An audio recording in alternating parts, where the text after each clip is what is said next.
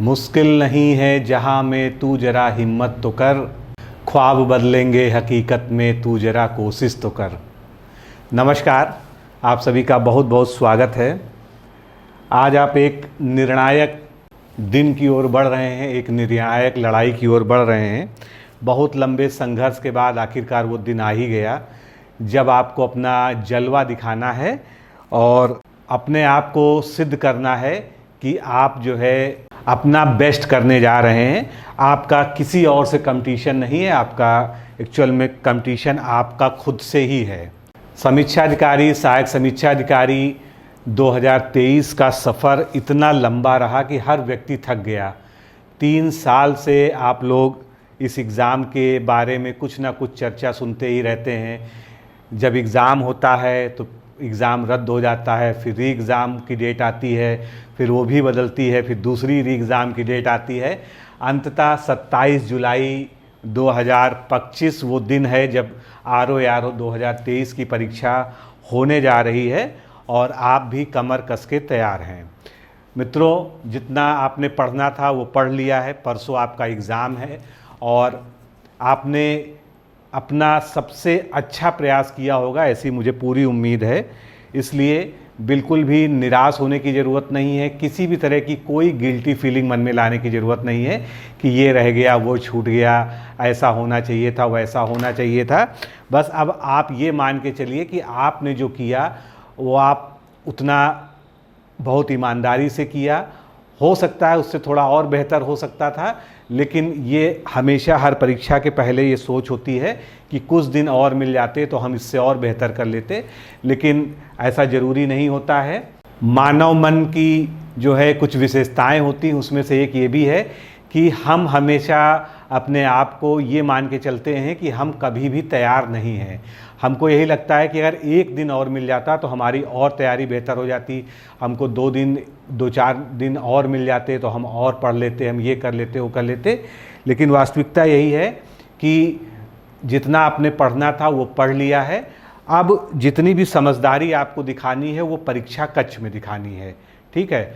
तो परीक्षा कक्ष में आपको किस तरह से अनुशासित होकर परीक्षा देनी है, इस पर भी बहुत कुछ डिपेंड करता है। बहुत से ऐसे लोग होते हैं जिनकी तैयारी बहुत ही एवरेज होती है, लेकिन वो एग्ज़ाम के समय अपने आप को बहुत ही स्थिर रखकर, धैर्यपूर्वक और बहुत कुशलता से जो है एग्ज़ाम को देते हैं। हर चीज़ों को सोच समझकर, एक एक काम जो है सोच समझ कर करते हैं और अंत में वो सफल भी हो जाते हैं। तो ये ज़रूरी नहीं कि आपने बहुत ज़्यादा पढ़ा हो या आपने बहुत कम पढ़ा हो। परीक्षा के दिन भी कई सारी ऐसी चीज़ें हैं जिनका ध्यान रखकर आप जो है हर तरह की कमी को जो है पूरा कर सकते हैं। तो आज के इस वीडियो में मैं आपको शुभकामनाएं देने तो आया ही हूँ, साथ में कुछ सावधानियाँ और कुछ जो है आपके प्रश्नों का उत्तर जो है इस वीडियो में मैं देने का प्रयास करूँगा। जैसे कि कट ऑफ के लिए क्या करना है, क्या स्ट्रेटजी होनी चाहिए हमारी पेपर सॉल्व करने की, हमको कितने प्रश्न अटैम्प्ट करने चाहिए, कितने छोड़ने चाहिए, संभावित मेरिट को ध्यान में रख के हमको क्या करना चाहिए कि हम 140 का आंकड़ा कम से कम छू सके। तो ये सब बातों का हम डिस्कशन करेंगे। सबसे पहले हम बात करते हैं, आप सभी लोग जानते हैं कि लगभग सभी का सेंटर जो है काफ़ी दूर गया है। चाहे वो छात्राएं हों चाहे छात्र हों, सभी को जो है यही लगता है कि उनका सेंटर दूर गया है। छात्रों का तो मंडल से बाहर कर दिया गया है, काफ़ी दूर दूर तक जो है उनका सेंटर गया है। तो कोई भी पैटर्न नहीं समझ में आता कि किस आधार पर जो है सेंटरों का आवंटन किया गया है। लेकिन एक चीज़ आप लोग जान लीजिए कि इस बार बहुत ज़्यादा सख्ती से एग्ज़ाम ये होने वाला है, क्योंकि सरकार बहुत बड़ी बदनामी जो है झेल चुकी है। जो 11 फरवरी का एग्ज़ाम उसको मजबूरी में कैंसिल करना पड़ा था, री एग्ज़ाम शेड्यूल करना पड़ा था। तो वैसी नौबत दोबारा ना आए उसके लिए सरकार बहुत सख्त कदम सरकार ने उठाए हैं। कई सेट में पेपर बने हैं, बायोमेट्रिक पूरा किया जाएगा, आपका हर प्रकार से आपकी जांच की जाएगी, ठीक है। यहाँ तक कि जो है आज ही के पेपर में मैंने पढ़ा था कि कच्छ निरीक्षकों तक को ये नहीं पता रहेगा कि उनकी किस कच्छ में ड्यूटी लगने वाली है। 2 घंटे पहले ही उनको उनकी जो है ड्यूटी दी जाएगी। तो ऐसी स्थिति में आपको भी बहुत सजग होकर सारी चीज़ें करनी है, क्योंकि आपकी छोटी सी गलती जो है आपको बाहर कर सकती है और वहाँ पर आपके ऊपर कोई भी रहम करने वाला आपको नहीं मिलेगा। आपको यही लगेगा कि हमारे साथ अन्याय हुआ है, लेकिन वैसी नौबत ही ना आने दे। पहली चीज़ क्या है? सबसे पहली चीज़ जो है, जो सभी लोग समझाते हैं, मैं भी वही बात कहूँगा कि अपने एडमिट कार्ड का प्रिंट आउट आज ही आपके पास होना चाहिए। ठीक है, एडमिट कार्ड का प्रिंट आउट आपके पास होना चाहिए। फ़ोटो वगैरह जो मांगी है वो होना चाहिए। आपके पहचान पत्र आपके पास होने चाहिए। हर तरह की पेन पेंसिल जो भी चीज़ें आपको ज़रूरत पड़ने वाली है वो सब आपके पास वहाँ पर होना चाहिए। कोई भी डिजिटल जो है इक्विपमेंट इंक्लूडिंग जो है वॉच आपको अंदर लेके नहीं जाना है, इसलिए घर से लेके ही ना जाएं तो वो ज़्यादा बेहतर है। ठीक है, बाकी जो है सेंटरों पर बैग वगैरह जमा करने की व्यवस्था होती है, तो जो लोग बाहर से जाएंगे निश्चित रूप से उनको वैसी ज़रूरत पड़ेगी। तो पहली चीज़ ये है कि आपको परीक्षा कक्ष में जिन जिन चीज़ों की ज़रूरत पड़नी है वो आपके साथ होना चाहिए। आप कभी भी इस भरोसे मत निकलिए घर से कि वहाँ पहुँचकर हम प्रिंट आउट करा लेंगे, क्योंकि सेंटर्स ऐसे ऐसे होते हैं कि वहाँ 8-8, 10-10 किलोमीटर तक हो सकता है आपको कोई भी प्रिंट आउट वाली दुकान ही ना मिले। ठीक है, तो इन सब जो है चीज़ों से बचने के लिए आप पहले से सारी तैयारी करके रखिए। और जो है एडमिट कार्ड को प्रिंट आउट कराने से ही मतलब नहीं, एडमिट कार्ड के पीछे जो इंस्ट्रक्शंस लिखे होते हैं उसको भी बहुत ध्यानपूर्वक पढ़ लीजिएगा, 2-2 बार पढ़ लीजिएगा, सारी बातें उसमें लिखी हुई हैं। दूसरी चीज़ है कि आपको टाइमली पहुंचना है। ठीक है, टाइम जो है बहुत ज़्यादा महत्वपूर्ण है। कोशिश करिए कि 8 बजे या 8 बजे से पहले अपने सेंटर पर आप पूरी तरह से तैयार होकर सारी सामग्री के साथ पहुंच जाएं। 9:30 से एग्ज़ाम है, 9:30 से, और आपका 8 बजे से जहाँ तक मुझे लगता है एंट्री शुरू हो जाएगी। और एंट्री में चूँकि बहुत समय लगना है, सभी का बायोमेट्रिक होना है, अच्छे तरह से वो आपके एडमिट कार्ड की जांच करेंगे, आपके जो है आधार कार्ड इत्यादि से उसका मिलान करेंगे, तभी आपको अंदर जाने को मिलेगा। तो इस प्रोसीजर में समय लगेगा। एक एक सेंटर पर बहुत सारे विद्यार्थी होते हैं, इसलिए किसी भी तरह की असुविधा से बचने के लिए लास्ट मोमेंट वाला कोई भी काम मत करिएगा। आपका सेंटर अगर दूर है और 100 किलोमीटर के अंदर है तो आप एक बार ये सोच सकते हैं कि आप अर्ली मॉर्निंग निकलेंगे और आप वहाँ पर पहुँच सकते हैं। ठीक है, हालांकि इसमें भी रिस्क हो सकते हैं, लेकिन ये रिस्क तब भी जो है कोई 60, 70, 80 किलोमीटर के लिए ले सकता है। लेकिन अगर आपका सेंटर थोड़ा सा दूर है, 100 किलोमीटर से ऊपर है, 150 किलोमीटर, 200 किलोमीटर, 250, 300 किलोमीटर है, तो आपको एक दिन पहले ही रात में वहाँ पर पहुँच जाना चाहिए। वहाँ अच्छे से स्टे करना चाहिए और पूरी तरह से एक अच्छी नींद लेकर अगले सुबह उठकर नहा धोकर जो है ईश्वर का पूजन वंदन कर कर जो है परीक्षा हॉल की तरफ आपको अपने एग्ज़ाम सेंटर की तरफ बढ़ना चाहिए। ठीक है, तो टाइम का जो है बहुत ही इम्पोर्टेंस है। 8 AM तक अपने परीक्षा जो है सेंटर पर पहुंचने का प्रयास करिए और किसी भी दशा में जो है हर तरह से जो है अपने सेंटर के बारे में जानकारी एक दिन पहले ही जुटा लें। मान लीजिए आपका जो है सेंटर 300-400 किलोमीटर दूर है, आप एक दिन पहले पहुंच जाते हैं और अगर साधन इत्यादि उपलब्ध हैं तो पहले लोकल में सारी जानकारी कर लीजिए कि वो सेंटर कहाँ है, वहाँ हमको कैसे पहुँचना है, उसमें कितना समय लगेगा। अगर आपके कोई परिचित मित्र वगैरह हैं तो पहले से उनसे बात करके रखिए जो है कि अगर वो आपको पहुँचा सकें। नहीं तो अगर आपको किसी भी साधन से जाना है तो आप जो है उसके बारे में पहले पूरी जानकारी जुटा लें। कभी कभी होता है कि आप जल्दबाजी में जब लेट होके निकलते हैं तो उस समय सारी ही चीज़ें लेट होने लगती हैं। पता चला आपको टेम्पो से जाना है, बस से जाना है, टैक्सी से जाना है और उसमें भी मिलने में समस्याएं होती हैं। तो अपने सेंटर के बारे में विधिवत जानकारी ज़रूर इकट्ठा कर लीजिए हमेशा, जिससे कि आप जब जाएं तो मान लीजिए 7 बजे आपको निकलना है, 7:30 बजे निकलना है, आपको पता है कि हम 15 मिनट में पहुंच जाएंगे, फिर भी आप ये मान के चलिए कि हमको आधा घंटा लगेगा, आधे घंटे का मार्जिन रखिए।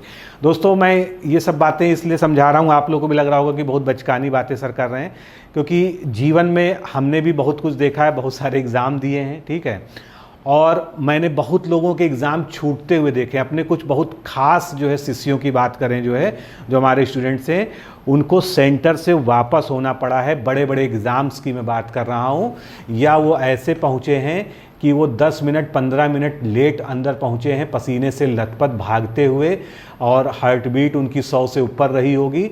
ऐसे में उनको OMR मिली तो उसको फिल करने में उन्होंने गलती कर दी, फिर पेपर में सब गड़बड़ कर दिया। तो ये सब स्थितियां ना आए आपके साथ जो है, इसलिए मैं आपको समझा रहा हूँ, आपको जो है निवेदन कर रहा हूँ कि जो चीज़ें आप आराम से कर सकते हैं उसको जल्दबाजी में करने के बारे में सोचने की आवश्यकता ही क्या है, ठीक है। क्योंकि एग्ज़ाम हॉल में जाने से पहले आप कितना काम है, कितना कूल हैं, कितना संतुलित हैं, ये भी जो है एक बड़ा जो है मनोवैज्ञानिक असर रखता है आपके पेपर में, ठीक है। अब आप जो है जब पहुंच जाएंगे उसके बाद जो है सबसे पहली प्रक्रिया यही होती है कि आपको थोड़ी देर पहले OMR सीट इत्यादि जो है मिल जाती है, ठीक है। OMR सीट को शुरुआत से ही जो है अच्छे से पहले समझ लें कहाँ क्या भरना है, और उसके बाद जो है, जैसे एक एग्जांपल देता हूँ मैं, मान लीजिए आपको रोल नंबर भरना है, इस तरह से जो है वहाँ पर रोल नंबर भरना है, ठीक है। ये इस तरह से होता है। तो कुछ लोग क्या करते हैं, डायरेक्ट उन्होंने कहा कि ये 0 है, ये 1 है, ये 2 है, ये 3 है, ठीक है। उन्होंने जो है 0 को भरना शुरू कर दिया, लेकिन थोड़ा सा जो है इसमें और कॉशियस हो जाइए, ठीक है। पहले 0 में एक पॉइंट लगा दीजिए, ठीक है। फिर आपका मान लीजिए रोल नंबर 1 है तो 1 में एक पॉइंट लगा दीजिए, फिर 2 में पॉइंट लगा दीजिए, फिर 3 में पॉइंट लगा दीजिए, ठीक है। इस तरह से जो है, ये एग्जांपल के लिए बता रहा हूँ मैं, जो इस तरह से जो है पहले इसमें पॉइंट लगा दीजिए। फिर एक बार आप जो है इसकी सीध मिला लीजिए कि हाँ 0 के नीचे 0 ही हमने किया है, 1 के नीचे 1 किया है, 2 के नीचे 2 किया है, और 3 के नीचे 3 किया है। उसके बाद जो है आप इसको जो है जो आपको फिल करना है वो करिए, पूरा फिल करिए, और हल्के हाथों से करिए, और पूरा गोला जो है इसको कवर करने का जो है, जिससे कवर हो जाए, ठीक है। और उसके बाद जैसे ही अगला करने जाए, भले आपने बिंदु रख रखा, फिर आप देखिए कि हाँ 1 पे ही हमने बिंदु रखा है, फिर आप जो है 1 को करिए, ठीक है। ये सब बातें बहुत ही बचकानी लगती हैं, लेकिन जिन लोगों ने इसको कभी झेला है और गलत फिल करके आए, वो बहुत रिलेट कर पा रहे होंगे मेरी बात से, जो है उनको पता होगा कि ये कितनी बड़ी बात होती है। बाकी जो लोग करते हैं वो बहुत अच्छी बात है कि आप अभ्यस्त हैं, आप जो है गलतियां नहीं करते हैं, लेकिन गलतियां हो ही क्यों, इसलिए थोड़ा सा जो है कॉशियस होकर जो है सावधानी पूर्वक जो है इसको करना चाहिए, ठीक है। तो इस प्रकार जो है आप करें, जहाँ रोल नंबर भरना वहाँ रोल नंबर भरिए, जहाँ आंसर सीट का नंबर भरना वहाँ आंसर सीट का नंबर भरिए, जहाँ बुकलेट का क्रमांक भरना है वहाँ बुकलेट का क्रमांक भरिए, ठीक है। तो ये सब चीज़ें जो है आप, सबसे पहला चरण यही होता है, और ये टाइम टेकिंग होता है, ठीक है। और जो है अगर आप ज़्यादा समय लगाएंगे तो आपका जो पेपर है उसका समय जो है इसमें खप जाएगा। अब अगली चीज़ आती है, इसके बाद हम बहुत स्टेप वाइज स्टेप चल रहे हैं, ठीक है। अगली चीज़ हमारी आती है कि हमको आंसर जो है, आंसर सीट तो आप पहले मिल चुकी है, आपको जो है क्वेश्चन बुकलेट मिलती है, ठीक है। क्वेश्चन बुकलेट मिलती है, आप देख लीजिए जो है इसका सीरियल नंबर क्या है, उसी हिसाब से जो है अपना मिलान कर लीजिए, ठीक है। जब इंस्ट्रक्टर बोले कि इसको खोलना है, उसके बाद इसको खोल लीजिए, ठीक है। अब यहाँ से जो है आपको पेपर को हल करना है। हल करते समय आपको क्या करना है, कुछ विशेष सावधानियाँ जो है, जो मेरी समझ से जो है आपको देखनी चाहिए। पहली चीज़ जो है, अगर आप पिछले PCS, पिछले RO और 2-3-4 साल के पेपरों को ध्यान से देखेंगे तो निश्चित रूप से पेपर टफ थे, मॉडरेट टू टफ कैटेगरी में उसको रखेंगे। लेकिन उसमें एक चीज़ थी कि 2 से 3 क्वेश्चन ऐसे थे जो आपस में लिंक्ड थे, ठीक है। लिंक्ड होने का मतलब ये है कि अगर उसका ऑप्शन अगले प्रश्न के क्वेश्चन में था, या क्वेश्चन का ऑप्शन अगले जो है प्रश्न से कुछ ना कुछ संबंध रखता था, यानी अगर आपने तीनों क्वेश्चंस जो है पहले से पढ़ लिए हैं तो आपको जो है उसमें से 2 क्वेश्चन तो ऐसे ही जो है हल करने में आसानी हो जाएगी, ठीक है। तो ये जो लिंक्ड क्वेश्चन है इसको आप कैसे पहचानेंगे, क्योंकि होता क्या है, हमारी साइकोलॉजिकल, हमारा मन क्या कहता है कि ऐसा है हम पूरा पेपर नहीं देखेंगे। पूरा पेपर देखने से क्या होता है, जो आ रहे होंगे उनसे तो हमारा कॉन्फिडेंस बढ़ जाएगा, और जो नहीं आ रहे होंगे उनसे हमारा कॉन्फिडेंस लूज हो जाएगा। एक सामान्य जो है विद्यार्थी ऐसे ही सोचता है, ठीक है। लेकिन ऐसे अगर आप जो है पूरे पेपर को 2 से 3 मिनट देके, और हाथ में एक पेंसिल जरूर रखिएगा, और उसके बाद जो है सारे पन्ने को 1 बाय 1 पलटते जाइएगा, सरसरी निगाह से पढ़ते जाइएगा। अगर कोई ऐसा आपको आंसर दिख रहा है जो स्ट्राइक कर रहा है, देखते ही मान लीजिए करंट अफेयर्स का क्वेश्चन है, आपने देखते ही जो है हाँ कि यही वाला है और हो ही नहीं सकता है, तो वहाँ पर पेंसिल से आप जो है एक छोटा सा निशान बना लीजिए, तो वो आपका क्वेश्चन वहीं पर फाइनल हो गया। फिर आप लास्ट तक जो है इसी तरह से करते चले जाइए। ये समझ लीजिए कि इस रीडिंग में आपको कम से कम जो है 200 में 40 क्वेश्चन ऐसे निकलेंगे जिन पे आप कॉन्फिडेंस से 100% कॉन्फिडेंस से ये बिंदु लगा पाएंगे कि इस ऑप्शन के सिवा कोई और ऑप्शन हो ही नहीं सकता है, ठीक है।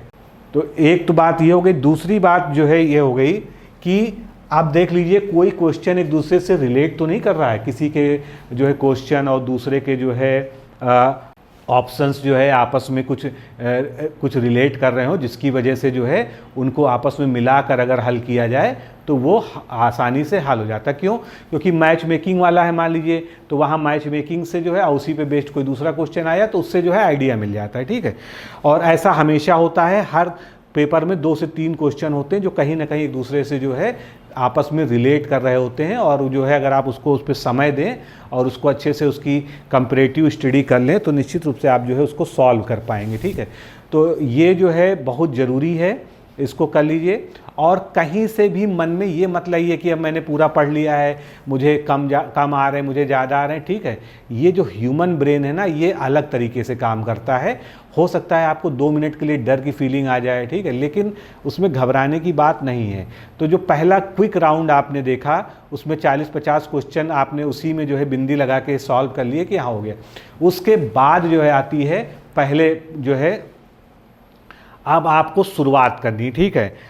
अब यहाँ पर आप देखेंगे कि आपको 200 क्वेश्चन पूरे मिले हुए हैं, ठीक है। उसमें से 140 जीएस है और 60 हिंदी है। निश्चित रूप से जीएस पहले होगा, हिंदी आखिरी में होगा, ठीक है, जो हमारा पैटर्न कहता है। 3 घंटे का समय है, एक ही बार में उसको करना है, यानी जो है 180 मिनट में आपको 200 क्वेश्चन हल करने हैं, ठीक है।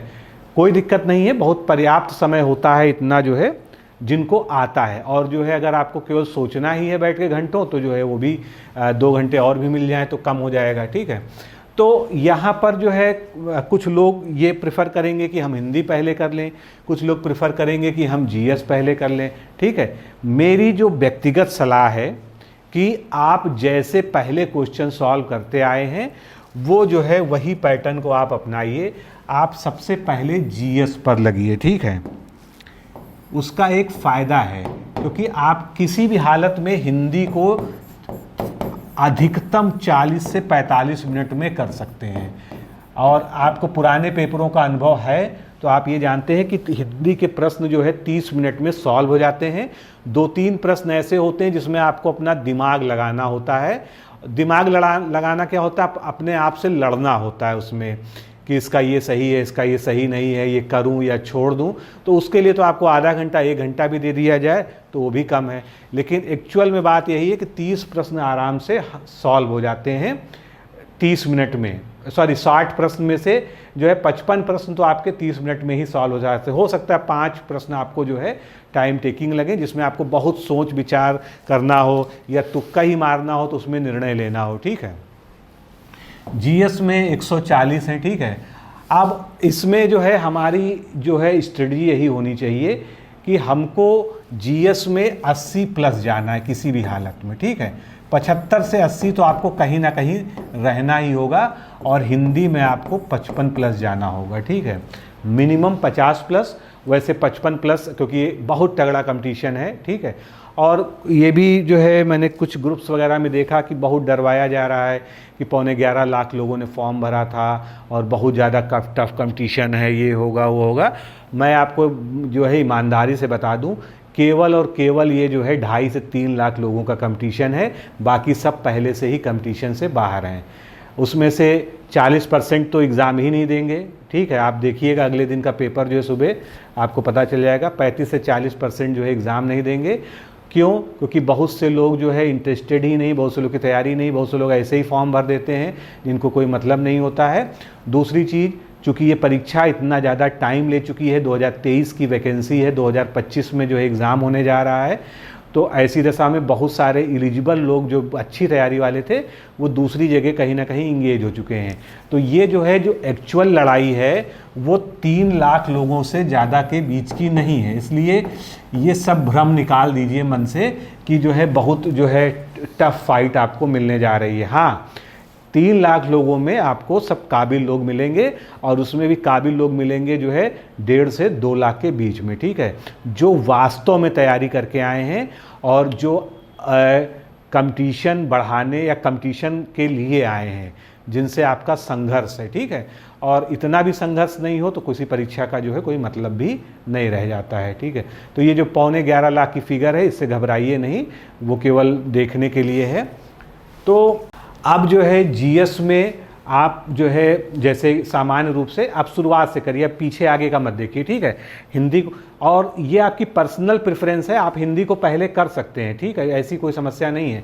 अगर आपको लगता है हिंदी करके मेरा कॉन्फिडेंस बूस्ट हो जाएगा कि मैंने 58 हिंदी में सही कर लिए हैं, तो कोई दिक्कत नहीं है, ठीक है। पहले राउंड में ही आप उसमें जो है 40-50 में तो आप टिक लगा ही लेंगे जो है कि हाँ ये इसका सही होना चाहिए, क्योंकि जब आप जो है पेपर को पहली बार में देखेंगे।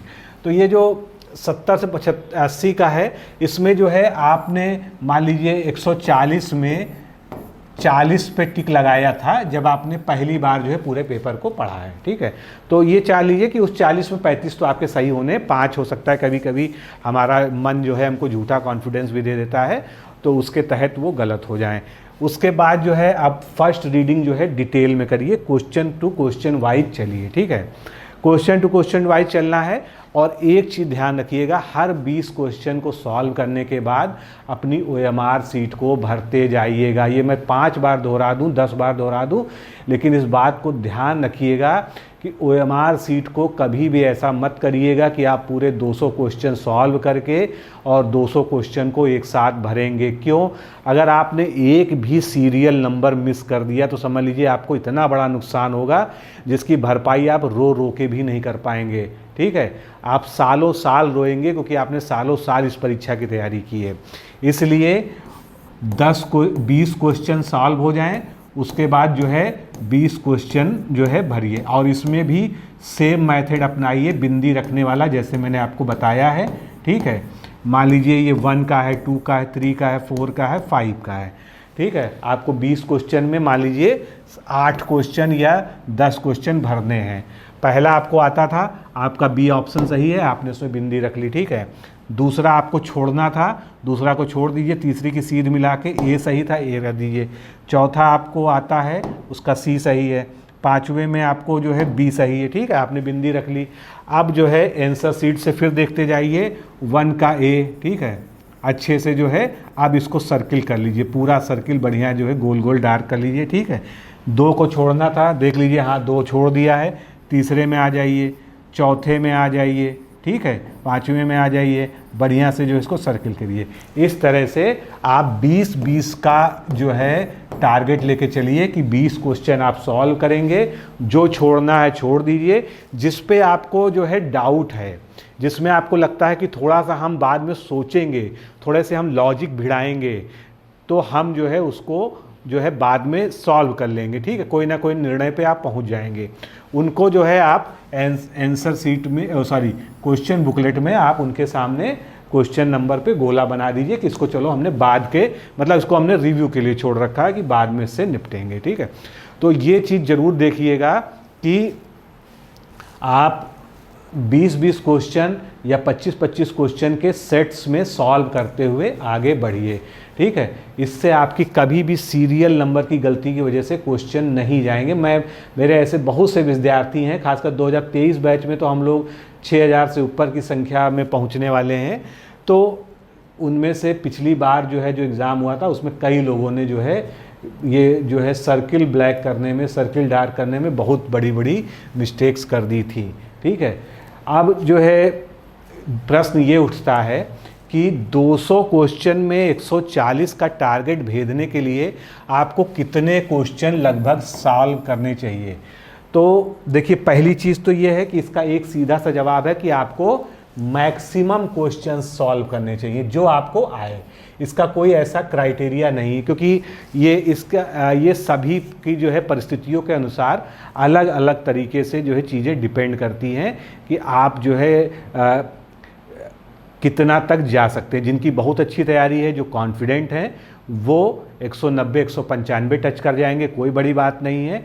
लेकिन एक सेफ साइड और एक एवरेज स्टूडेंट्स की अगर मैं एक स्टूडेंट की बात करूं तो 180 आपको न्यूनतम करना ही होगा, नहीं तो ये जो 140 है ये आप यहाँ पहुँच ही नहीं सकेंगे। आप जो है आप कोई भी मॉक टेस्ट लगा के गुड़ा भाग करके देख लीजिए, सारे लॉजिक लगा के देख लीजिए, अगर आप 180 से कम करेंगे तो आप 140 तक नहीं पहुंच पाएंगे अगर आप जो है ब्रिलियंट वाली कैटेगरी में नहीं है, आप एक एवरेज स्टूडेंट है। क्योंकि गलतियां होनी ही होनी है, आप कितने भी कॉन्फिडेंस से करिए। उसके अलावा आप नहीं गलती करेंगे तो आयोग गलती करेगा, जो उसका जो है हर बार का जो है सीन है।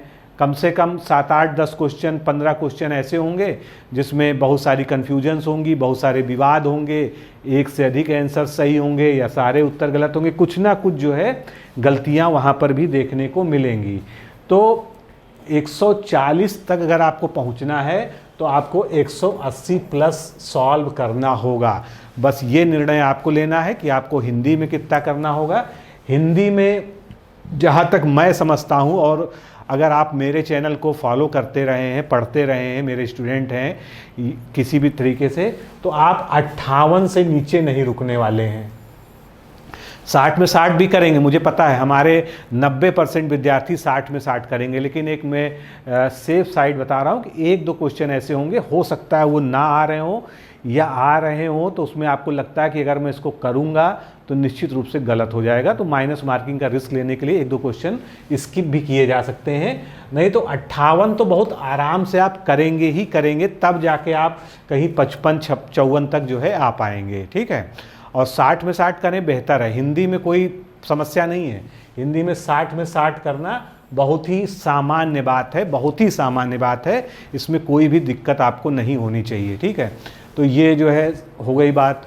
तो 58 से 60 या मान लीजिए 58 हम कहते हैं, तो 58 क्वेश्चन जो है आपने इधर किए। इस हिसाब से आपको 122 से लेके 125 क्वेश्चन तक आपको कहाँ अटैम्प्ट करने पड़ेंगे, 140 वाले जीएस में। ठीक है, अगर आप 58 उधर कर रहे हैं तब आप जो है 122 से 125 क्वेश्चन तक यहाँ अटैम्प्ट करेंगे, यानी 15 क्वेश्चन ही आप स्किप कर सकते हैं, लेकिन आप 130 तक बहुत आराम से जा सकते हैं। इससे ऊपर भी तभी जाएं जब आप 100% 101% कॉन्फिडेंट हो। ठीक है, नहीं तो 130 जो है अपर लिमिट बिल्कुल ठीक है, क्योंकि बहुत ज़्यादा रिस्क भी जो है दिक्कत करता है और बहुत ज़्यादा सावधानी भी दिक्कत करती है। आप इतना कम ही क्वेश्चन ना करके आ जाएं कि आप किसी भी हालत में मेरिट तक पहुंचने के योग्य ही ना बचें। इसलिए दोनों ही चीज़ों में बहुत बैलेंस लेके आपको चलना होगा। तो कुल मिलाकर हर हाल में आपको 180 प्लस क्वेश्चंस करने हैं। ठीक है, 200 में से 185 मेरे हिसाब से एक आदर्श जो है तरीका है, जो है 15 क्वेश्चन आप स्किप कर दीजिए। 15 क्वेश्चन निश्चित रूप से जो है आपको परेशान कर रहे होंगे, जो बिल्कुल ही जिसका आइडिया नहीं लग रहा होगा, क्योंकि अगर आप 185 क्वेश्चन कर रहे हैं, ठीक है, तब ये मान के चलिए कि आपने 35 क्वेश्चन में तब भी रिस्क लिया है। हिंदी और जीएस दोनों को मिला के मैं बोल रहा हूँ। ठीक है, रिस्क लेने का मतलब कि आपका मन कुछ कह रहा है, ठीक है, और आपका जो है दिल कुछ कह रहा है और हाथ कहीं और जा रहा है कि ये वाला होना चाहिए। ठीक है, लेकिन उसके बावजूद जो है, क्योंकि बिना रिस्क लिए इस एग्ज़ाम में कुछ होना नहीं है, माइनस मार्किंग का एग्ज़ाम है, तो 35 क्वेश्चन में तो वैसे भी आपकी स्थिति डावाडोल रहेगी, और उसमें जो आयोग का रोल होता है वो भी उसमें मैं कैलकुलेट कर देता हूँ, क्योंकि आयोग का भी रिस्क शामिल है इसमें। ठीक है, तो 35 में मान लीजिए 10-12 क्वेश्चन 15 क्वेश्चन तक गलत हो सकते हैं, बिल्कुल संभावना है, और होते ही हैं। नहीं तो इतनी जो है 140 मेरिट की जगह जो है 160 मेरिट नहीं जाएगी। तो 135 140 तक जो है अगर आपको आराम से पहुंचना है, मान लीजिए बहुत लोग ऐसे हैं जो कहते हैं हम रिजर्व कैटेगरी से हैं, ठीक है, तो वो जो है 130 135 पर भी उनका हो सकता है, होता रहा है, लेकिन हम तो यहाँ पर सामान्य वर्ग की बात कर रहे हैं कि 140 जो है आपको मिनिमम इस एग्ज़ाम में खींचना ही खींचना होगा, लाना ही लाना होगा। तो ये जो है कुछ स्टैटिक्स है इसकी जो है कि हम किस तरह से क्वेश्चंस को जो है करें। अब बात आती है रिस्क लेने की, ठीक है। देखिए तुक्का मारना भी एक जो है हमारे इसको आप यूँ कह लीजिए कि साइंटिफिक मेथड है, ठीक है। गणित में इसको जो है एक अलग नाम से पूरा चैप्टर ही इसके लिए पढ़ाया जाता है। तो जब आपके सामने 4 ऑप्शन होते हैं, ठीक है, पहली चीज़ जो क्वेश्चन पढ़ते ही आपको लगता है कि वो सही है, उसके सही होने की संभावना सर्वाधिक होती है। कभी कभी हम लोग अंत में हम बी को मार्क किए बैठे रहते हैं घंटों कि हाँ बी सही है, बी सही है, बी सही है, और जब हम बुकलेट भरने जाते हैं तो हम डी को जो है पकड़ लेते हैं। पता नहीं कहाँ से वो प्रेरणा मिलती है कि हम डी को पकड़ लेते हैं और अंत में जो है आपको देखने को मिलेगा कि डी जो है गलत निकलेगा। दूसरी चीज़, कहीं कहीं कोई लॉजिक नहीं काम करता कि ए सही है कि बी सही है कि डी सही है। तो ऐसी स्थिति में जो है अगर आपके पहले अपने क्वेश्चंस को काउंट कर लीजिए कि अगर आप मिनिमम 180 कर चुके हैं, ठीक है, कॉन्फिडेंस से आप अपने पूरे कॉन्फिडेंस से 180 कर चुके हैं, उसके बाद आपको बहुत अधिक रिस्क लेने की तरफ नहीं बढ़ना चाहिए, ठीक है। बहुत अधिक रिस्क उसके बाद आपको नहीं लेना चाहिए। इसके ऊपर भी अगर आपको लगता है कि हमारे 180 में ही जो हमने किए हैं उसमें भी बहुत सारे हमने तुक्के से ही किए हैं, तो फिर आपको जो है 4-5 क्वेश्चन जो है और जो है अरेंज करने होंगे। आपको 185 तक जो है कम से कम जाना होगा, ठीक है। बाकी कैसे पढ़ा है आपने, कैसे रिवीजन किया है, इस पे बहुत ज़्यादा चीज़ें डिपेंड करती हैं। मैं हमेशा से डे 1 से जब भी मैं आरओ की तैयारी के लिए कोई स्ट्रेटजी की बात करता हूँ तो हमेशा यही करता हूँ कि आप उसी चीज़ को एग्ज़ाम में रिकलेक्ट कर पाएंगे, रिप्रोड्यूस कर पाएंगे जिस चीज़ का आपने निर्धारित अंतरालों पर कम से कम 3 बार रिवीजन किया होगा, उसी को आप कॉन्फिडेंस से रिफ्लेक्ट कर पाएंगे। तो ये जो है बहुत बड़ी चीज़ है। अगर आपने जो है बहुत अच्छी तरह से रिवीजन नहीं किया है तो उतना ही ज़्यादा कन्फ्यूजन्स होगा। क्यों? क्योंकि जिस चीज़ को हम एक बार पढ़ के छोड़ देते हैं वो हमको जो है हमारा दिमाग उसके लिए कई तरह के जाल बुझता है। देखते ही लगता है ये सही है, फिर आप जो है जब भरने जाएंगे, जब गोले काले करने जाएंगे तो आपको दूसरा ऑप्शन सही लगने लगेगा, ठीक है। क्यों? क्योंकि आपके अनकॉन्शियस में कई सारी चीज़ें हैं जो उससे रिलेटेड हैं और आपको क्लैरिटी से वो कुछ सामने नहीं आ रहा, केवल एक वो आपको आभास दे रहा है चीज़ें का। तो इस भ्रमजाल से बचने का कोशिश करिएगा। जहाँ पर आपको लगता है कि कोई आइडिया नहीं मिल रहा है उसको आप जो है बिल्कुल टोटल जो है स्किप कर दीजिए, वो आपके लिए ज़्यादा सुरक्षित है, ठीक है। लेकिन कम से कम 180 आपको सॉल्व करना चाहिए, जो मेरी व्यक्तिगत सलाह है। बाकी कैसा पेपर होगा, कैसी परिस्थितियां होगी, उसके अनुसार जो है आप जो है बाकी निर्णय लेने के लिए स्वयं सक्षम हैं। एक चीज़ बहुत अच्छे से समझ लीजिएगा कि ये परीक्षा बाकी सभी चीज़ों पे डिपेंड करती है, लेकिन सबसे ज़्यादा जो है आपके टाइम मैनेजमेंट पे भी डिपेंड करती है। पहली चीज़ तो आपका रिवीजन कितना बढ़िया है। दूसरी चीज़ आप जो है कितना कॉन्फिडेंट तरीके से एग्ज़ाम हॉल में बैठे हैं। कॉन्फिडेंट वही बैठा होगा जिसने कम से कम 20-30 फुल टेस्ट पहले से लगा रखे होंगे और बिल्कुल उसी तरह से जिस तरह से एग्ज़ाम के पैटर्न में आप लगाते हैं, मतलब 200 क्वेश्चंस के पैटर्न पर घर में उसी तरह से बैठकर अपने रूम में टाइम बाउंड तरीके से सॉल्व किया होगा OMR पर, ठीक है।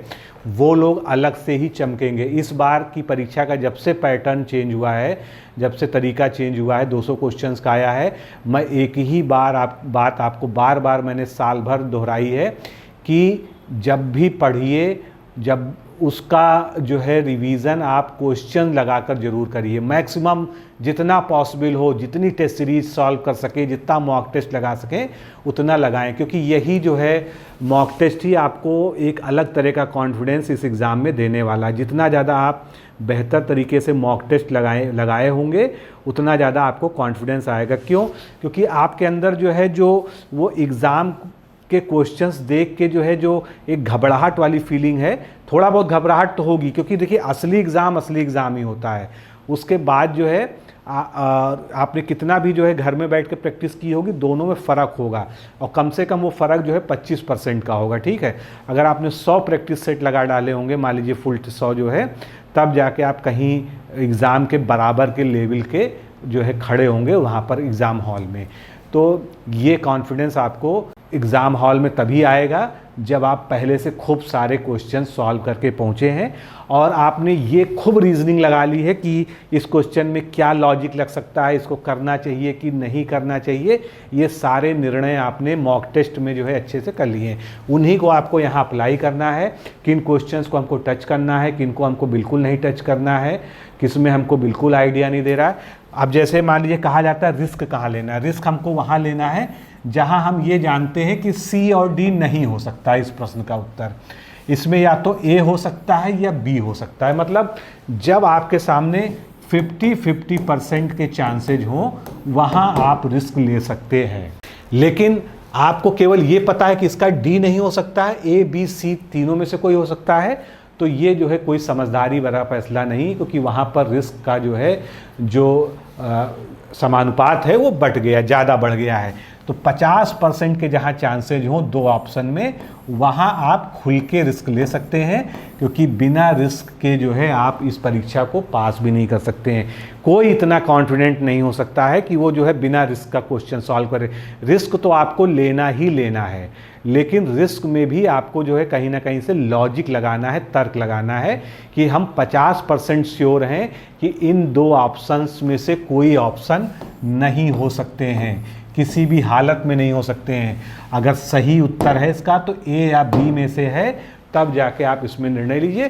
फिर इसमें आपका जो है जो भी आपका तरीका आप समझ पा रहे हो, एलिमिनेशन मेथड, या आप इसको रिलेट कर पा रहे हो, कुछ याद कर पा रहे हो, उससे जुड़ी कोई घटना याद कर पा रहे हो, तब जो है आप 50-50% में रिस्क लीजिए। लेकिन जहाँ 50% से ज़्यादा रिस्क है उस क्वेश्चन को स्किप कर देना ही आपके लिए बहुत ही समझदारी भरा फैसला होगा। हिंदी के जो 60 प्रश्न हैं उसको सॉल्व करते समय कुछ 2-3 बातें मैं आपसे कहना चाहूँगा कि आपको उसमें क्या ध्यान रखना है। देखिए, उसमें निश्चित रूप से आपको पता है कि 10-10 प्रश्न सभी के आएंगे, लेकिन ध्यान रखिएगा जो प्रश्न आपको लगता है कि इतना आसान प्रश्न पूछा ही क्यों गया है, उस पर संदेह जरूर करिएगा। ठीक है, मतलब वो प्रश्न ऐसा है कि उसका सीधा सा उत्तर है, बाकी 3 जो है आपको लगते हैं कि ऑप्शन वो कहीं टिकते ही नहीं है, वहाँ पर एक बार जो है आपको डाउट की दृष्टि से उसको पढ़ना है।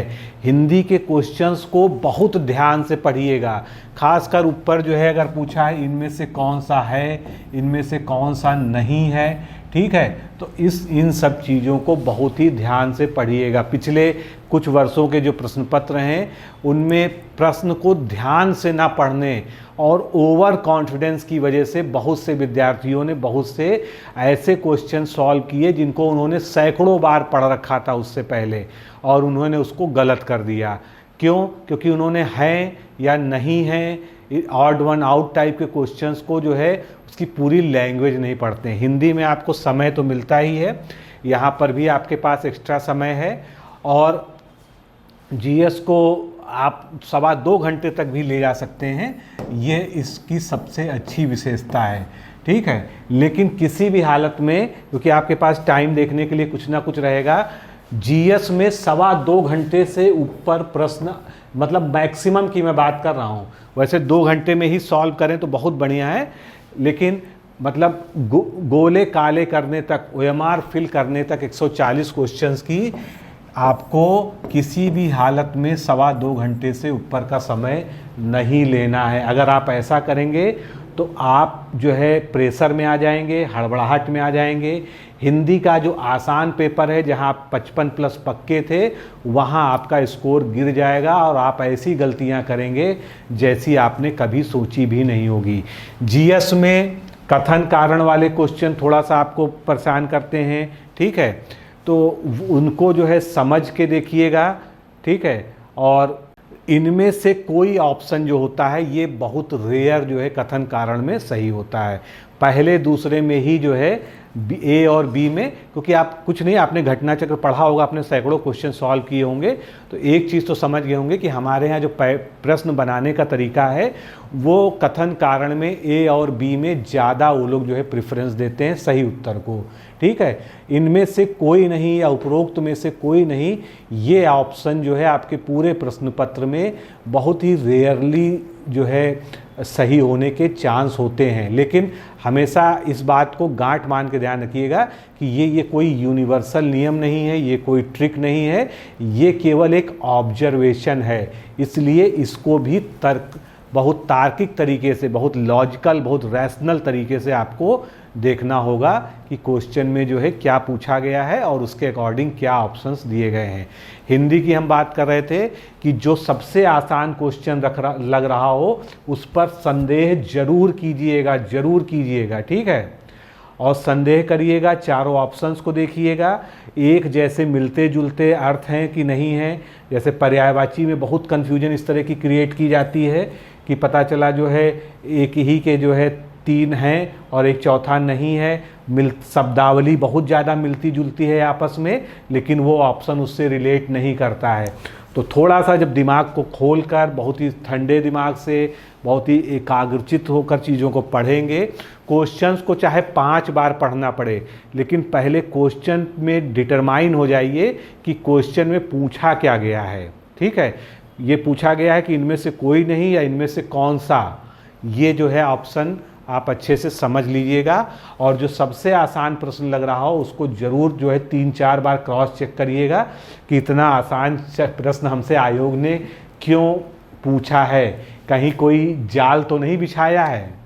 ठीक है, तो आपको उस जाल में नहीं फंसना है जैसे आप जो है पहले कभी फंसे हों। तो ये चीज़ जो है हिंदी पर बहुत लागू होती है। और हिंदी में 60 में 60 करिए, कोई टेंशन मत लीजिए, 60 में 60 आप कर सकते हैं। हमको पता है शायद ही जो है कोई हो जिसकी तैयारी कमज़ोर हो तो वो इससे नीचे आएगा, नहीं तो 58 प्रश्न जो है एक आइडियल जो है उसमें सही है। 58 करेंगे तब आप जो है हर हालत में 55+ रहेंगे। 60 करेंगे तब तो गारंटी हो जाएगी। लेकिन मैंने बोल दिया कि 60 करना है, ये जो है इसके आधार पे 60 आपको नहीं करना। 60 आपको तभी करना है जब आपको वास्तव में 60 जो है पूरे क्वेश्चन आ रहे हो, कॉन्फिडेंस हो और 50% से ज़्यादा का डाउट ना हो किसी भी क्वेश्चन में। ठीक है, 50%, 50-50 में तो आप रिस्क लीजिए, 50% से ज़्यादा का रिस्क है तो वहाँ पर बिल्कुल भी मत लीजिए। रीजनिंग में ध्यान रखिएगा, कुछ लोग रीजनिंग को आसानी से सॉल्व कर लेते हैं जिनका वो बैकग्राउंड है, कुछ लोग उसमें जूझ जाते हैं, दुनिया भर की कैलकुलेशन कर लेते हैं, कैलकुलेशन कर करके जो है क्वेश्चन बुकलेट को जो है भर लेते हैं, लेकिन अंत में यह क्या होता है कि वो उसका सही उत्तर नहीं निकाल पाते हैं। इसलिए आप देखिए कि अगर आप हद से ज़्यादा समय लगा रहे हैं रीजनिंग के क्वेश्चन में तो उस क्वेश्चन को स्किप कर देना बहुत ज़रूरी। किसी भी हालत में 2.25 घंटा, बिल्कुल गांठ मान के देख लीजिएगा, 2.25 घंटे में आपके 140 क्वेश्चन सॉल्व भी हो जाने चाहिए और उनका जो है गोले भर जाने चाहिए। इससे ज़्यादा आप जीएस में नहीं। और इसमें सबसे ज़्यादा जो है, जो रीजनिंग की मैं बात कर रहा हूँ कि रीजनिंग को हल करने के चक्कर में ऐसा ना करिएगा कि जो है बहुत सारे और प्रश्नों का समय आप जो है ख़त्म कर दें, क्योंकि रीजनिंग में होता यह है कि जो क्वेश्चन आपकी तर्क शक्ति के अंदर है, जो आपसे सॉल्व होने लायक है, वो आराम से 2-3 मिनट में सॉल्व हो जाएगा। और जो आपकी तर्क शक्ति से बाहर है, जिसमें आपको कोई क्लू नहीं मिल रहा है, उसमें आप घंटों घुमा घुमा के कैसे भी कैलकुलेशन करेंगे शायद ही आप उसमें उत्तर तक पहुंच पाएंगे। तो ऐसे टाइम टेकिंग, टाइम खाने वाले प्रश्नों से दूर रहिएगा। ये जो है मेरी आपको बहुत ज़रूरी सलाह है, इसको जो है मानिएगा। रीजनिंग जिन लोगों को नहीं आती है तो वो ज़बरदस्ती का उसमें टाइम वेस्ट अपना ना करें, बाकी प्रश्नों पर जो है रहम खाएँ, बाकी प्रश्नों को ज़्यादा समय दें, वो जो है जो आपके लिए ज़्यादा फ्रूटफुल रहेगा। तो 2 घंटा वैसे जीएस के लिए आदर्श समय है। बहुत टफ पेपर है, आपको नहीं समझ में आ रहा है, बहुत मेहनत करनी पड़ रही है, तो आप 2.25 घंटा ले सकते हैं। लेकिन 45 मिनट में हिंदी करने का मतलब है फिर आपका हाथ नहीं रुकना चाहिए। आप जो है 10-10 क्वेश्चन सॉल्व करते जाइए और 10-10 क्वेश्चन को जो है फिलअप करते चलिए, ठीक है। 2-4 क्वेश्चन जो आप स्किप करेंगे आखिरी के लिए कि हाँ लास्ट में सोचेंगे, जो आपको 5-10 मिनट का एक्सपीरियंस समय मिलेगा उसमें खूब बढ़िया से सोच लीजिएगा, कर पाएँ तो करिए, नहीं तो आप छोड़ सकते हैं, लेकिन रिस्क मत लीजिए। और एक आखिरी बात यही है कि आपको कम से कम 180 से 185 क्वेश्चन सॉल्व करने हैं। 180 जो है लोअर लिमिट है सिलेक्शन दिलाने के लिए, ठीक है। क्योंकि आप कितना भी कॉन्फिडेंट हो, जब जैसे ही आप एग्ज़ाम हॉल से बाहर निकलेंगे और दोबारा बुकलेट को खोलेंगे या किसी से चर्चा करेंगे, तुरंत आपको 5-7 क्वेश्चन तो खड़े खड़े पता चल जाएंगे कि हम गलत करके आ गए हैं, ठीक है। और वही जो है 10 मिनट पहले जब आप एग्ज़ाम हॉल के अंदर थे तो आपको ये लग रहा था कि मैं बिल्कुल सही कर रहा हूँ, इसका दूसरा कोई उत्तर हो नहीं सकता है, ठीक है। तो ये सब जीवन के अनुभव हैं, आपने भी अनुभव किया होगा, इसलिए इस तरह का रिस्क मत लीजिए। 180 से नीचे आपको किसी भी हालत में 200 क्वेश्चंस में नहीं रहना है। तो दोस्तों बहुत सारी बातें हैं, क्या क्या सावधानियां रखनी चाहिए। आप भी बहुत मैच्योर हैं, आपने भी बहुत एग्ज़ाम दिए हैं, जो पहली बार एग्ज़ाम दे रहे हैं वो इन बातों का बहुत ज़्यादा ध्यान रखेंगे, ठीक है। जो लोग अभ्यस्त हो गए हैं वो भी ध्यान रखेंगे, क्योंकि अभ्यस्त लोग जो है गलतियां ज़्यादा करते हैं, पहली बार वाले लोग जो है कुछ ज़्यादा ही सावधानी बरतते हैं, ठीक है। तो इस चीज़ का जो है ध्यान रखिएगा, ये सारी बातों को बिल्कुल समझ के गांठ बांध के बहुत ही काम तरीके से, बहुत कूल तरीके से जो है आपको एग्ज़ाम देना है। 3 घंटे आपकी ज़िंदगी को बदल सकते हैं। इन 3 घंटे का आप जितना बढ़िया तरीके से, जितने धैर्यपूर्वक, जितनी ज़्यादा लॉजिकल, जितना ज़्यादा स्थिर मन से, जितना ज़्यादा अनुशासित तरीके से अपने आप को वहाँ पर लेके चलेंगे, अच्छे से क्वेश्चंस को पढ़ेंगे, चारों ऑप्शंस पे विचार करेंगे, ठीक है, और अपनी प्रायोरिटीज़ को डिसाइड करेंगे, उतना बेहतर तरीके से आप जो है उत्तर दे पाएंगे। आपको जो मिनिमम क्राइटेरिया है वो भी मैंने बता दिया कि कम से कम वहाँ तक आपको जाना है। 140 का लक्ष्य आपके लिए कोई बहुत बड़ी चीज़ नहीं है, वैसे तो देखने में बहुत बड़ा पहाड़ है, लेकिन अपने ऊपर विश्वास रखिए, ठीक है। हमारे मन में बहुत सारे रिग्रेट्स होते हैं कि मुझे इतना मौका मिला इस एग्ज़ाम के लिए, 11 फरवरी का पेपर कैंसिल हुआ, फिर उसके बाद दूसरी डेट आई वो पोस्टपोन हुई, तीसरी डेट ये आई, ठीक है, एग्ज़ाम के पैटर्न में बदलाव हुआ, हमको बहुत समय मिला था, हमको 2 साल मिला था, 3 साल मिला था, हमने ये नहीं किया, हमने वो नहीं किया, हमने आखिरी के 15 दिन पढ़े, हमने केवल 1 महीना पढ़ा, हमने 2 महीना पढ़े। इस तरह की बहुत सारे रिग्रेट्स आपके मन में होंगे, बहुत सारी ग्लानियाँ होंगी। इन सब ग्लानियों को ताक पे रख दीजिए, ठीक है। अब वक्त है एक्शन का, अब कुछ भी पश्चाताप करने का वक्त नहीं रह गया है, और पश्चाताप से कुछ मिलने वाला भी नहीं है। पश्चाताप से हम केवल एक ही चीज़ सीखते हैं कि हमको भविष्य में जो है ऐसी परिस्थितियों में दोबारा ये नहीं करना है, बस पश्चाताप का कुल मतलब यही होता है। लेकिन उसके लिए हम अपना वर्तमान नहीं खराब करते हैं। अभी हम जहाँ पर हैं, हमको यहाँ पर कैसे अपना बेस्ट देना है, कैसे हम अपना सर्वोच्च जो है क्षमता का प्रदर्शन करके हम इस एग्ज़ाम को जो है निकाल सकते हैं।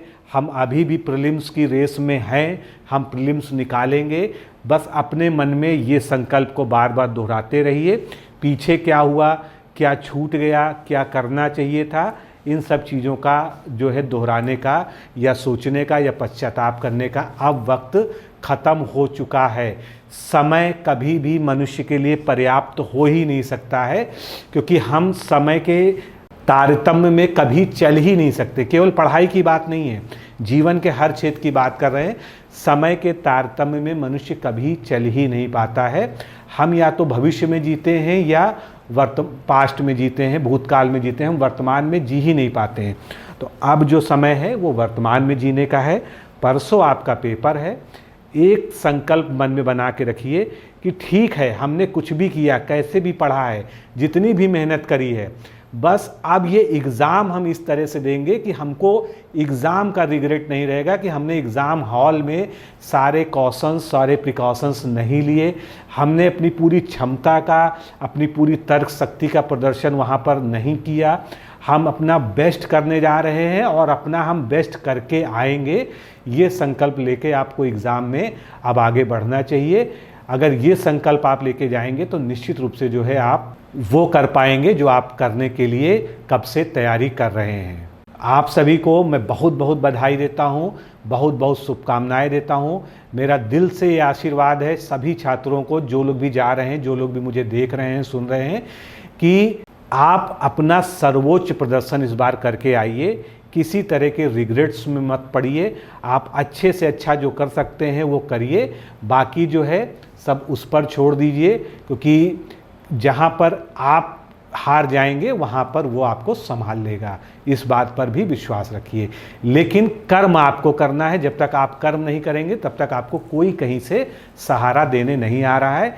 इसलिए आप जो है बिल्कुल दृढ़ संकल्प के साथ, बहुत ही कूल काम माइंड के साथ, बहुत ही डिसिप्लिन तरीके से सारी सावधानियों को ध्यान में रखते हुए इस परीक्षा कक्ष में प्रवेश करिएगा और बहुत ही अच्छे प्रफुल्लित मन से पेपर को हल करिएगा। जो नहीं आ रहा है वो नहीं आ रहा है, जो आ रहा है उस पर पूरा फोकस करिएगा। और जैसे आपने सालों का संघर्ष किया है वैसे 3 घंटा भी आप ज़बरदस्त तरीके से संघर्ष करेंगे। बिना लड़े हार नहीं माननी है, इस बात को ध्यान रखिएगा। लड़ना है, जीतना है। इस संघर्ष में हमको आगे जाना है। और ये जो बार बार असफलताओं का दुष्चक्र है, बार बार परीक्षाओं का दुष्चक्र है, जो आप अपनी दिन और रात जो है इसमें अपनी पूरी जवानी झोंके दे रहे हैं परीक्षाओं की तैयारी में, इस दुष्चक्र को तोड़ने का और सफलता की ओर बढ़ने का ये समय आ गया है। तो मैं आपको सभी को बहुत बहुत शुभकामनाएं, बहुत बहुत बधाई, बहुत बहुत आशीर्वाद देता हूं। आप सभी का ये पेपर बहुत ही अच्छा हो, बहुत ही आप कॉन्फिडेंस से पेपर करके आएँ और आप सफल हों, आप जो चाहते हैं वो करके आएँ, ऐसी मेरी ईश्वर से कामना है। वीडियो क्लोज करने से पहले एक आखिरी जो है बात, जो लोग भी 2023 के लिए तैयारी कर नहीं पाए हैं, 2023 का एग्ज़ाम ही नहीं दे रहे हैं, बिल्कुल नए हैं, फ्रेशर्स हैं, हाउसवाइफ्स हैं, जॉब करने वाले हैं, किसी भी तरह की जॉब कर रहे हैं, आप अगर चाहते हैं कि आप समीक्षा अधिकारी जो 2026 या 27 में एग्ज़ाम होने वाला है उसमें 100% सफल हों और आपको बहुत ज़्यादा एक दिन में ना पढ़ना पड़े, केवल 5 घंटे पढ़कर आप नित्य इस परीक्षा को आगे सुनिश्चित कर सकें कि आप सफल होंगे, तो आप हमारे अभ्युदय बैच से जुड़ सकते हैं। 5 अगस्त से हम ये शुरू करने जा रहे हैं। और बाकी जो लोग भी चाहें मेंस की तैयारी करना, क्योंकि मैं ये ज़रूर चाहूँगा जो 2023 में अपीयर होने जा रहे हैं हमारे छात्र, वो मेंस की तैयारी करें, इस कॉन्फिडेंस के साथ में प्री को बीट करके आएँ। तो मेंस का बैच भी हम बस शुरू करने जा रहे हैं। मैं मेंस के बैच के लिए या प्री के लिए, दोनों के लिए आप इस पर इंक्वायरी कर सकते हैं, चाहे आपको अभ्युदय बैच जाना हो चाहे मेंस का बैच। और अगर आपको पीसीएस 2026 की तैयारी करनी हो उसका भी कोर्स शुरू हो चुका है, उसके लिए भी आप जुड़ सकते हैं। एक अंतिम बात मैं और कहना चाहता हूँ, हमारे यहाँ क्रिकेट बहुत फेमस है, आप लोग क्रिकेट देखते हैं, क्रिकेट प्रेमी आप में से मैक्सिमम लोग हैं, पूरा इंडिया ही क्रिकेट प्रेमी है। राहुल द्रविड़ और विराट कोहली, ये 2 बल्लेबाज हमारे इतिहास में ऐसे हैं, क्रिकेट के इतिहास में, जो शुरुआत करना और जो है मैच को आगे ले जाने के लिए जाने जाते हैं। राहुल द्रविड़ को जो है द वॉल भी कहा जाता था, एक समय था जो है, ठीक है। लेकिन वहीं पर एक फिनिशर हैं एमएस धोनी, महेंद्र सिंह धोनी। कैसा भी मैच हो, हाथ से बिल्कुल निकल चुका हो, 5 गेंद पे 5 छक्के मारने हो, तब भी जो है जब एमएस धोनी आते थे और वो जो है करिश्माई तरीके से जो है जिताकर चले जाते थे। तो महत्व विराट कोहली का भी है, महत्व राहुल द्रविड़ का भी है, और एक फिनिशर के रूप में जो है महत्व एमएस धोनी का भी है। तो जो बेस्ट फिनिशर होता है वो जो है पूरी मेहनत को सार्थक करने के लिए जाना जाता है। बस इशारा ही काफ़ी है। तो मित्रों, इसी के साथ मिलते हैं एग्ज़ाम होने के बाद, आपका हालचाल लेंगे, परीक्षा का कैसा पेपर आया उस पर डिस्कशन करेंगे, क्या पैटर्न रहा, कैसे क्वेश्चंस थे, उनका सॉल्यूशन की बात करेंगे। तो आज के लिए इतना ही। पुनः आप सभी को बहुत बहुत बधाई, बहुत बहुत शुभकामनाएं, बहुत बहुत आशीर्वाद। All the best. आप सभी को विजयी हों आप लोग और मुस्कुराते हुए परीक्षा हॉल से निकलें, यही मेरी जो है ईश्वर से कामना है। नमस्कार।